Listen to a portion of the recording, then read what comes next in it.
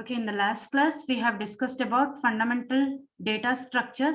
In that, we have seen arrays, linked list, stacks, queues, graphs, right? We'll continue with the graphs today. So in graph formal definition, we have discussed, that is path. It's a collection of, or it's a combination of two sets, set of vertices and set of edges, right? Today we'll discuss paths and cycles in the graph. So a path from vertex U to vertex V of a graph G can be defined as a sequence of adjacent means connected edges, okay? Connected vertices connected by edges, okay? Adjacent vertices or connected vertices that starts with U and ends with V. If all vertices of a path are distinct, the path is said to be simple. Distinct means different. Okay, distinct means different or unique. If all the vertices in the path are unique or distinct, it is called a simple path. Okay, the vertices should not be repeated. If we don't have repeated or duplicate vertices in the path, that path is said to be simple path. The length of a path is the total number of vertices in a vertex sequence, defining a path minus 1. Okay, for example, in a path, if we have 10 vertices, then length of the path will be 9, or number of edges in the path. Okay, or number of edges in the path is equal to length of the path. For example, consider this example, ACBF. ACBF, its length is 3. So we have 3 edges, right? A to C, C to B, and B to F.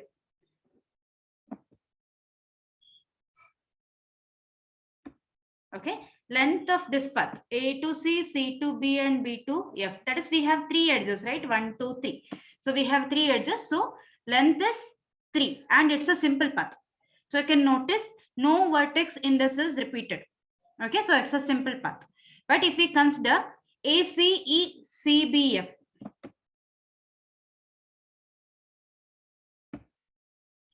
AC, E, C, okay, again C, B, and F. Okay, ACECBF. So in this, C is repeated. So it is not a simple path. It is not a simple path, but its length is 5. Its length is 5. A to C, C to E, E to C, C to B, and B to F. So 5. Okay, so here C to E and E to C, it is repeated. Okay, so what happens here? This is not a simple path. A directed path. Directed path means the path in the directed graph. Okay, path in the directed graph. A directed path is a sequence of vertices in which every consecutive pair of the vertices is connected by an edge directed vertex from the listed first to the vertex listed next. Vertex listed first means, for example, if it is A to C, C to E, for example, A to C and C to E, then it will be vertex first listed is A, right? From A to C, we have direction. Again, C to E, we have direction. Okay, that is the directed path. For example, A to C, ACEF. Okay, ACEF is a directed path from A to F in the graph. Okay, of figure 1.6.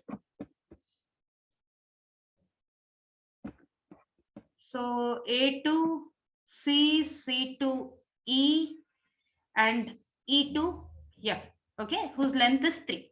Okay, again, its length is 3. A graph is said to be connected if every pair of vertices, that is U and V, there is a path from U to V. Okay, if we consider any vertices, if we consider any set of vertices U and V, if there is a path from U to V, that is said to be connected. Okay, that is said to be connected. For example, you can see this from D. Okay, D to F or D to B. If there is a path, then it is said to be connected. So can you consider this diagram as connected graph? It is actually not connected because D to B you cannot reach.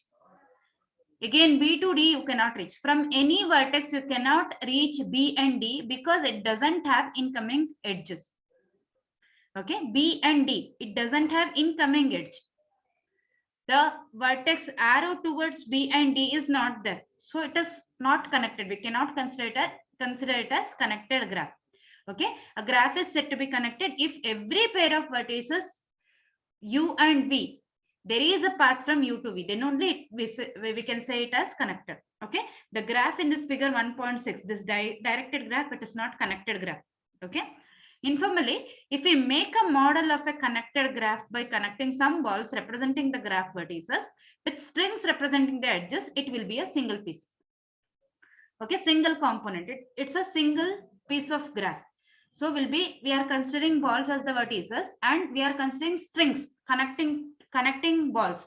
Strings connecting balls, it is called as, we are considering it as edges.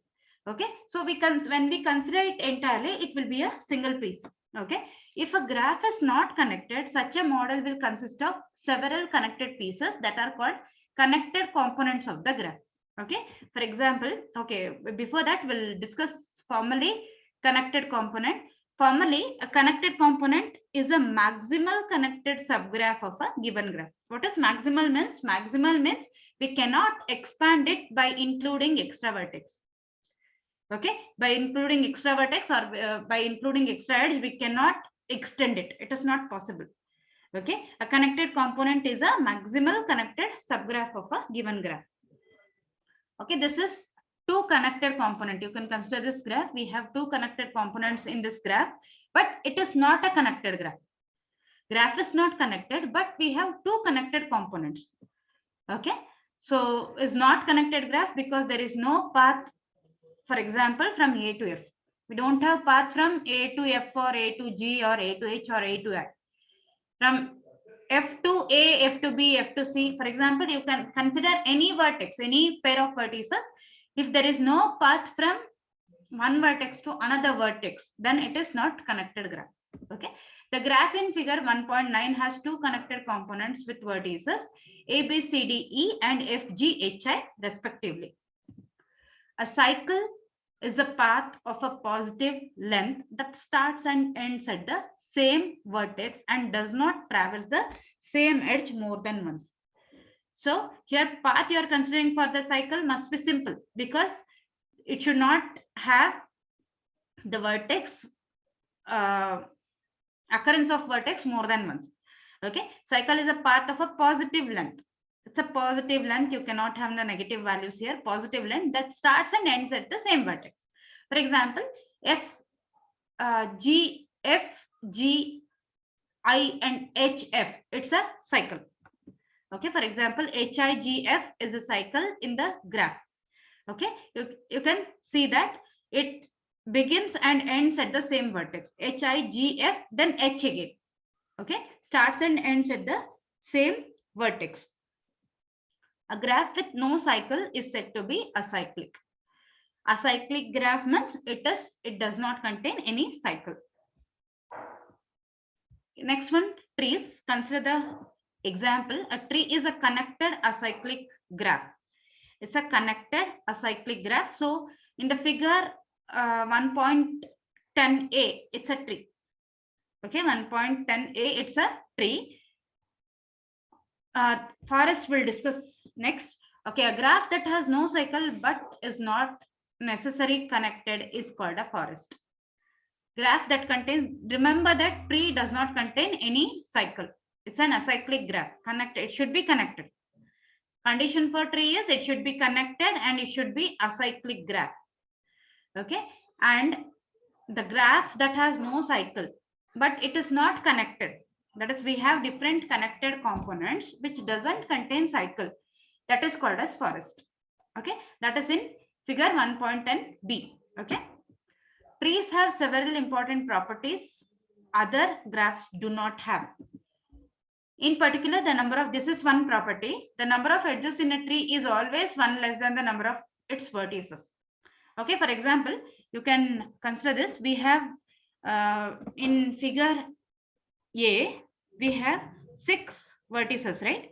A, B, C, D, E, F, 6 vertices we have. So 1, 2, 3, 4, and 5 edges we have. So 6 minus 1, that is 5. So this is one property of the tree. Number of edges is equal to number of vertices minus 1. E is equal to V minus 1.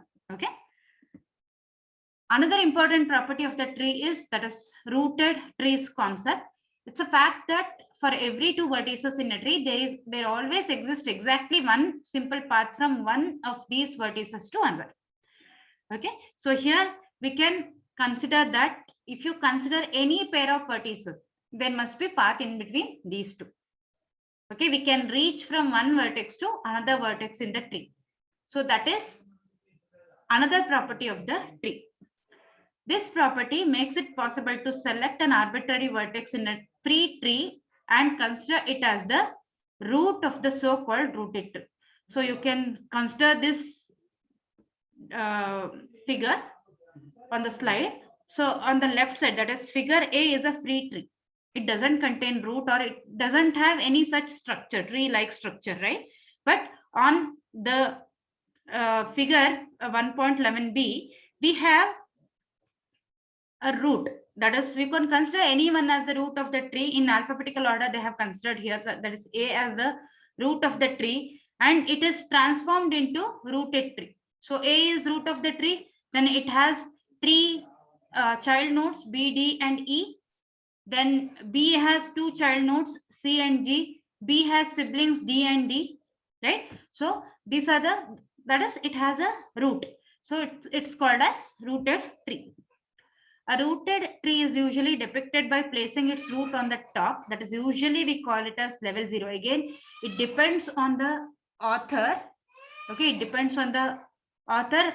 That is how the author has taken. In some textbook, author has taken root is in level 1. In some textbook, author has taken root is in level 0. So for this, we have taken level 0. Okay, level 0 of the tree usually will be root. The vertices adjacent to the root below it, that is level 1, it will be in the level 1. Its child nodes of the root will be in the second level. The vertices 2 edges apart from the root, below that it will be in the level 2, and so on. So for any vertex V in a tree T, all the vertices on the simple path from the root to that vertex are called ancestors of V. Okay, from root vertex to that particular vertex, whatever the vertices we have on its simple path, that is called as ancestors of V. The vertex itself is usually called as ancestor of its own. Okay, or its own ancestor. The set of ancestors that do not include this vertex is called as proper ancestors. I'll show you with the figure, you'll come to know. If U comma V is the last edge of the simple path from the root to vertex V, that is where U not equal to V, U is said to be the parent of V and V is said to be the child of U. Vertices that have the same parent are said to be siblings. A vertex with no children is called a leaf.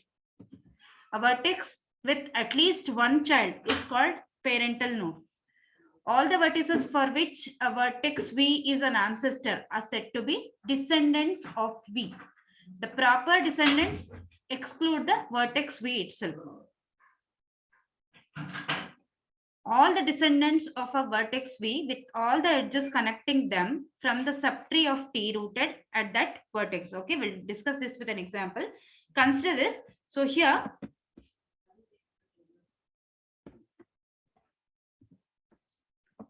so in this figure, A is root of the tree. Okay, A is root of the tree. For A, we have 3 child nodes, B, D, and E, right?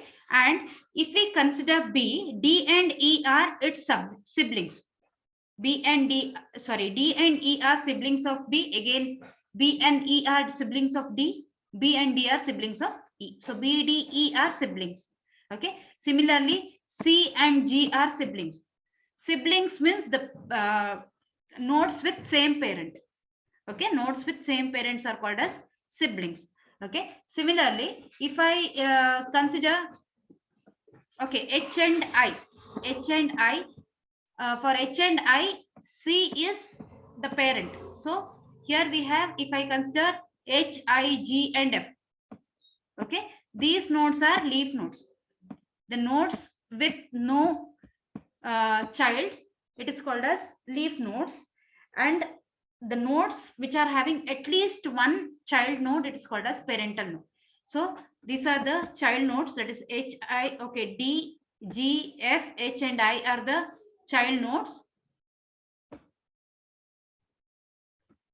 And then A, B, E, C are the parental nodes. Okay. And if we consider, okay, I was talking about ancestors and descendants, right? For A, B, A, B, C, E, these are descendants. For A, all the vertices are descendants, I can say. For A, all the vertices are descendants. And if I exclude this A, then it will be proper descendants. For example, for E, we have only one descendant, that is F. Okay, descendant E and F both we can consider. F is the proper descendant. Excluding that vertex itself, it is called as proper descendant. Okay, ancestor means from this node to the root node. Whatever, it's a simple path, right? H to C, C to B, B to A. It's a simple path. On this path, whatever the vertices we have, all these are called as ancestors. Okay, ancestors.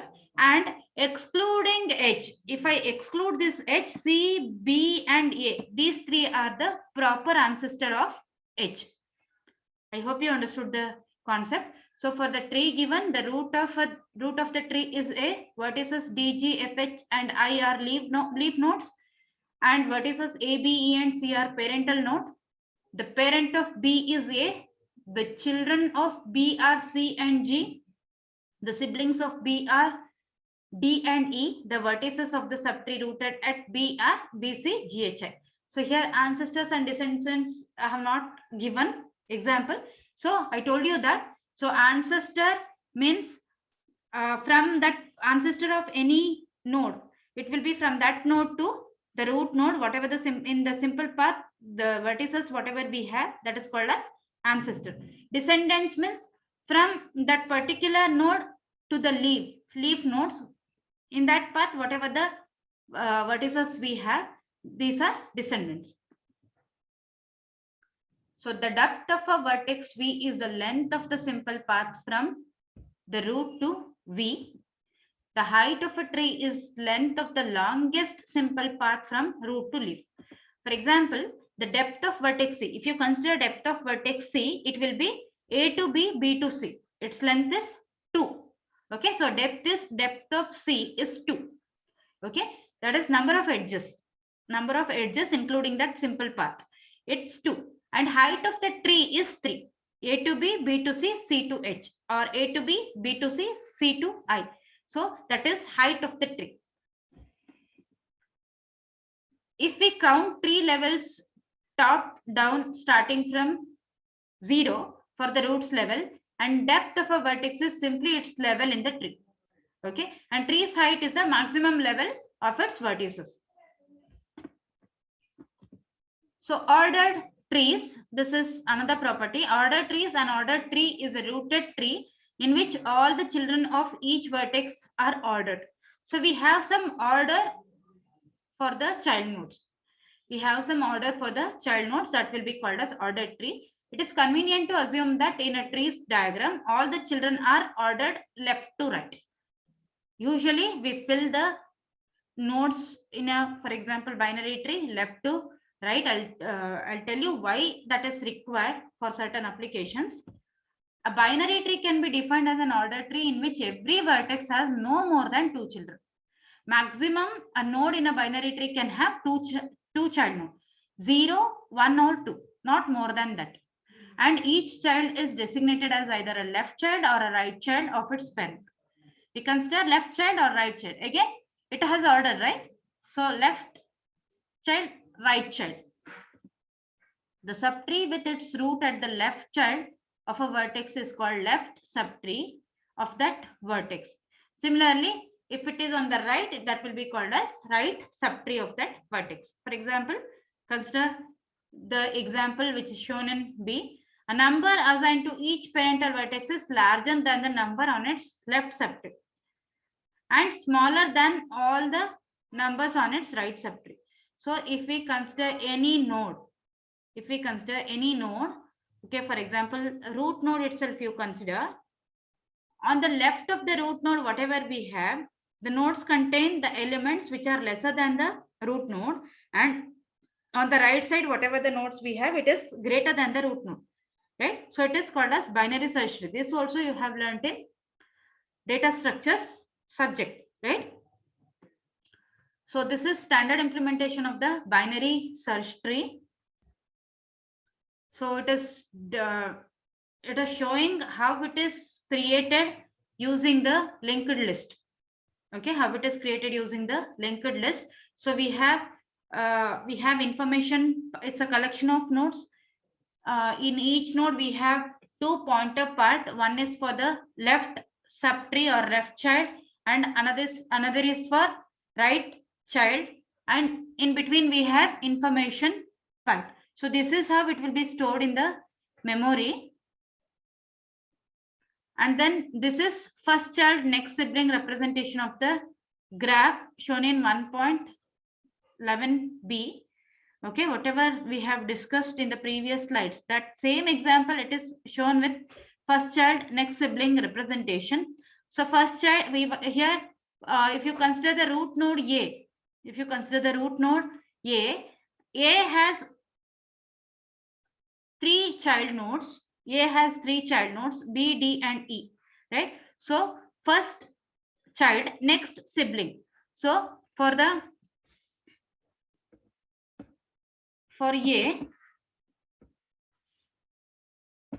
okay, for A, first we have considered B as the child node, okay, and next sibling, okay, next sibling. This is used for converting a tree into its binary tree format.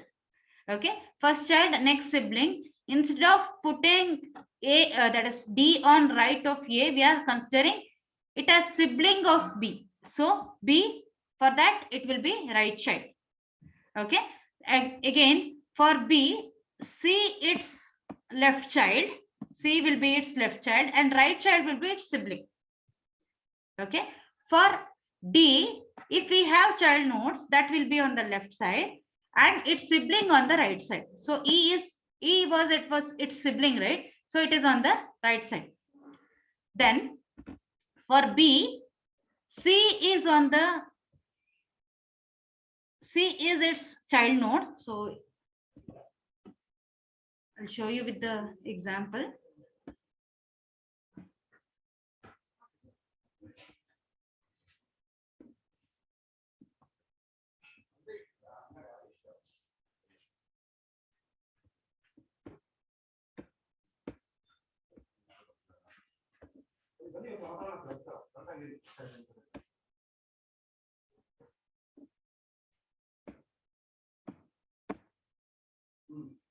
Okay, wait for a minute.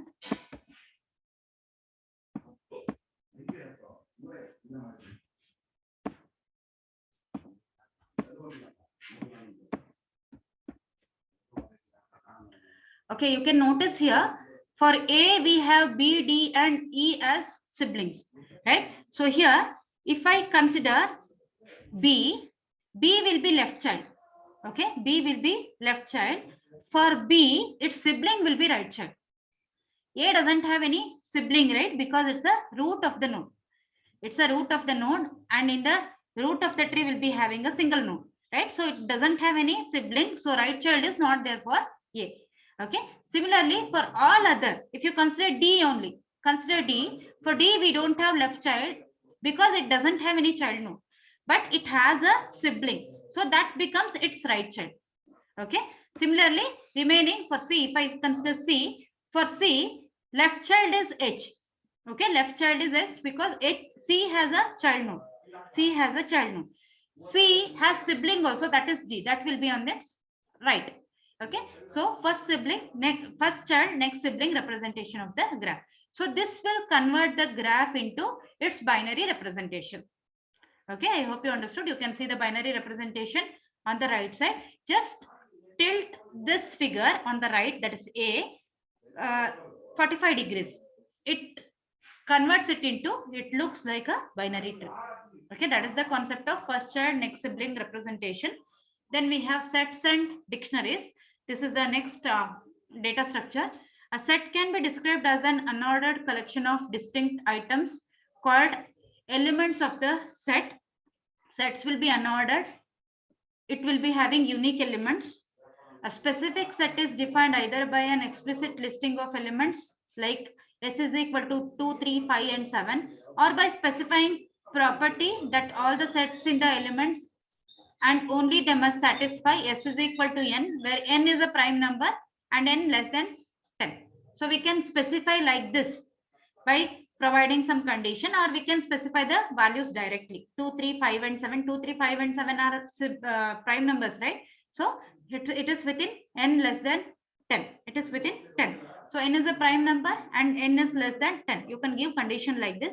The most important set operations are checking membership, whether a particular item is there in the set or not, and then union, that is combining both sets. If you have two sets, combining both sets, and finding the intersection of two sets, that is what are the common elements in the two sets that will be taken, that is intersection operation. Sets can be implemented in computer application in two different ways. That is the sets that are subsets of some universal set U. For example, if set has 11 elements, then any subset S of U can be represented by a bit string of size 11 called a bit vector, in which the ith element is 1 if and only if the ith element of U is included in set S. So consider the example. If we have the set like 1, 2, 3, 4, 5, 6, 7, 8, 9, and if we have the values 2, 3, 5, and 7, it will be represented like this. That is, 1 is not present in S, right? So that value is 0. First value is 0. So it is a bit string with length 9. Okay, it's a bit string with length 9. First value 1 is not present in S, so it will be 0. 2 is there, so it is 1. 3 is there, it is 1. 4 is not there, it is 0. 5 is there, so it is 1. 6 is not there, 0. 7 is there, it is 1. 8 is not there, 9 is not there, so 0, 0. So you can represent like this, or to represent a set for computing purposes, we use list structure. Difference between set and list is a set cannot contain identical elements. Set should contain only unique elements, and a list can contain identical elements or duplicate elements. Another difference is a set is an unordered collection of items. Therefore, changing the order of its element does not change the set. You can take the set values in any order. For example, we have 2, 3, 5, and 7, right? You can change the order 3, 5, 2, and 7. If you change the order also, it will not change the set. A list defined as an ordered collection of items. We know that list is an ordered collection of items. If you change the order, the list order will change, the list will change. In computing, the operations we need to perform for a set or a multi-set most often are searching for a given element, adding a new item, and deleting an item from the collection. Adding, deleting, and searching for the item. Okay. So if we include these operations in the data structure, that is called dictionary. Adding an item, deleting an item, and searching. Searching is a major concept of dictionary. A dictionary can be implemented using an unsophisticated use of arrays, sorted or unsorted, and much more sophisticated techniques such as hashing and balanced search trees. And abstract data type also you have studied. A set of abstract objects representing data items with a collection of operations that can be performed on it.